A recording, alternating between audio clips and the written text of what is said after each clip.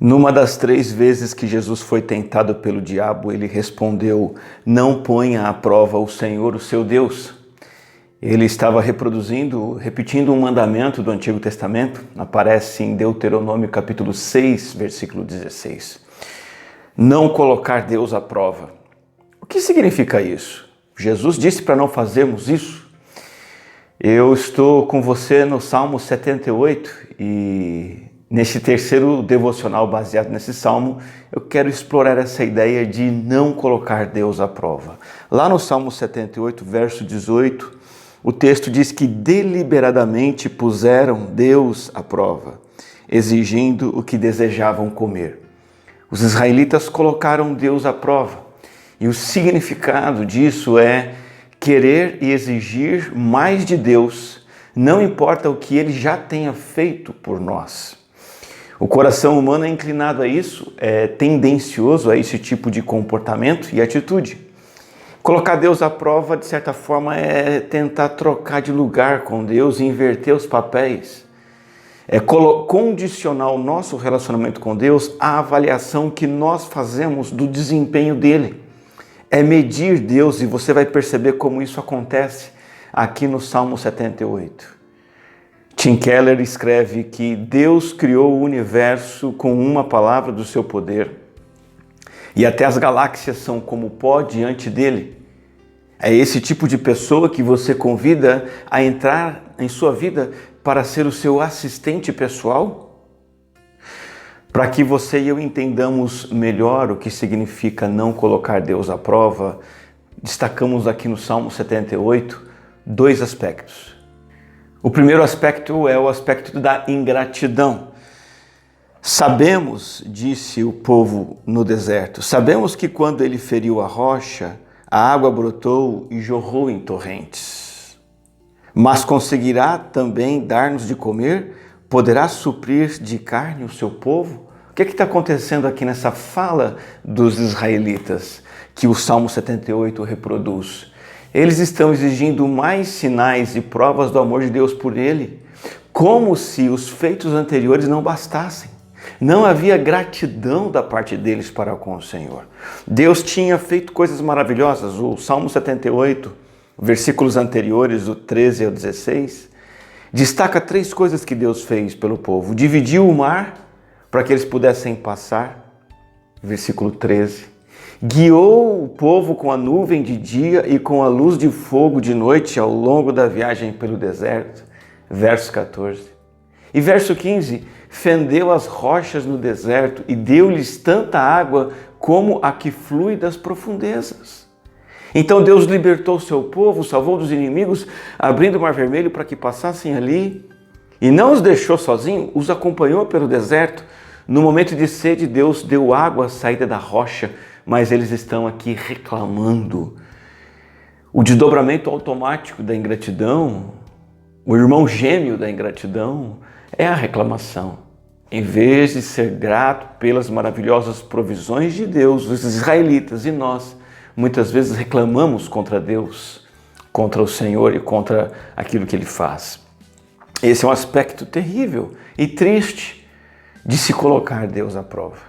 Além da ingratidão, este salmo vai nos mostrar que a incredulidade é outro aspecto de se colocar Deus à prova. Verso 19 diz assim: duvidaram de Deus, dizendo: poderá Deus preparar uma mesa no deserto? Sabemos que quando ele feriu a rocha, a água brotou e jorrou em torrentes. Mas conseguirá também dar-nos de comer? Poderá suprir de carne o seu povo? Lá no verso 22, pois eles não creram em Deus, nem confiaram no seu poder salvador. Este povo está duvidando de que Deus realmente pudesse cuidar deles, que Deus pudesse alimentá-los. A ingratidão, a reclamação que nós vimos, decorreram da incredulidade.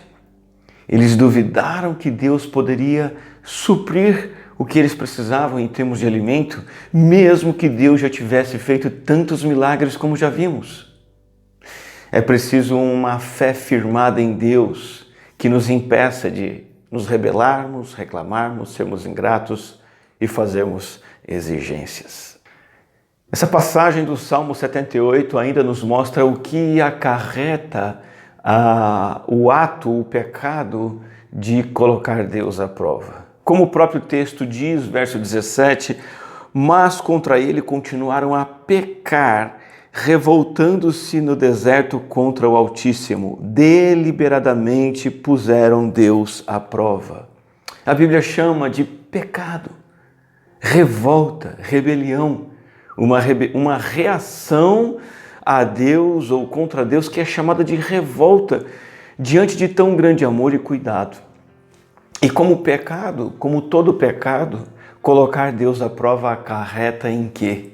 Desperta em Deus a sua fúria e o seu castigo. Versículo 21, o Senhor ouviu, o Senhor percebeu, o Senhor notou, enxergou que eles estavam colocando Deus à prova, com incredulidade e com ingratidão. O Senhor percebe, o Senhor os ouviu e enfureceu-se. Deus não se agrada de que o coloquemos à prova, ele se enfurece. A sua fúria é santa e o texto diz que com fogo atacou Jacó e sua ira levantou-se contra Israel, numa alusão a relatos presentes na Torá, demonstrando que Deus castigou o seu povo por reclamar. Indo para a parte final desta breve reflexão, colocar Deus à prova, tentar Deus à prova, então, é exigir, é fazer de Deus um assistente pessoal, é querer determinar as coisas para Ele e até medir e avaliar Deus com base nos seus próprios interesses, uma inversão de papéis absurda. E como vimos, colocar Deus à prova envolve ingratidão e incredulidade. É um pecado que desperta fúria e castigo da parte de Deus. Eu quero deixar alguns usos práticos para a nossa vida. Primeiro, reveja e, se preciso, atualize o seu relacionamento com o Senhor Deus. A posição correta entre nós e Deus é que Ele nos avalia, não o contrário. Ele é Senhor, nós somos servos. E tudo que nós devemos a Deus é fidelidade e mais nada. Uma segunda aplicação prática é que nós devemos nos apropriar da fé, da credulidade, da crença a partir da palavra de Deus. Nós temos que intencionalmente, de maneira decisiva, conhecer quem é Deus, saber sobre seus feitos, suas palavras, suas promessas, o seu caráter, o seu poder e decidir crer nessas coisas. E essa é a maneira de enfrentar e rebater o nosso próprio entendimento enganoso acerca de Deus, a nossa inclinação à incredulidade. Então, além de atualizar sua posição diante de Deus e decidir crer no Deus das Escrituras, em terceiro lugar, cultive na sua vida o dueto gratidão e louvor. São irmãos gêmeos, andam juntos. Gratidão e louvor no lugar dos gêmeos do mal, a ingratidão que anda junto com a reclamação. Há motivos de sobra nas Escrituras e em sua própria história de vida para você ser grato a Deus e louvar a Deus, olhar para Deus e perceber a sua bondade, seus livramentos, sua provisão, o perdão que Ele lhe oferece, a graça, a direção, o consolo, o fortalecimento diário. Isso impede que caiamos no pecado de colocar o Senhor à prova. E por último, você está impedido de fazer pedidos a Deus? Não. Mas aprenda a fazer pedidos a Deus como servo, não como Senhor. Fazer pedidos ao Senhor tendo o coração já impregnado de gratidão a Ele e de fé na sua bondade. Eu quero encerrar essa reflexão com uma oração a partir dessa passagem sugerida pelo pastor Tim Keller. A oração que ele sugere é a seguinte: Senhor Jesus, como posso impor condições para obedecer-te e amar-te, quando me amaste incondicionalmente? Da cruz olhaste para baixo e nos viste traindo-te, negando-te e abandonando-te, e no entanto, tu persististe. Ajuda-me a apegar-me a Ti e a obedecer-te, aconteça o que acontecer. Amém. Esse é o sentido de não colocar Deus à prova. Peço que você deixe seu like nesse vídeo, se inscreva no canal da nossa igreja, escreva seu comentário e compartilha essa palavra com bastante gente. Fique com Deus.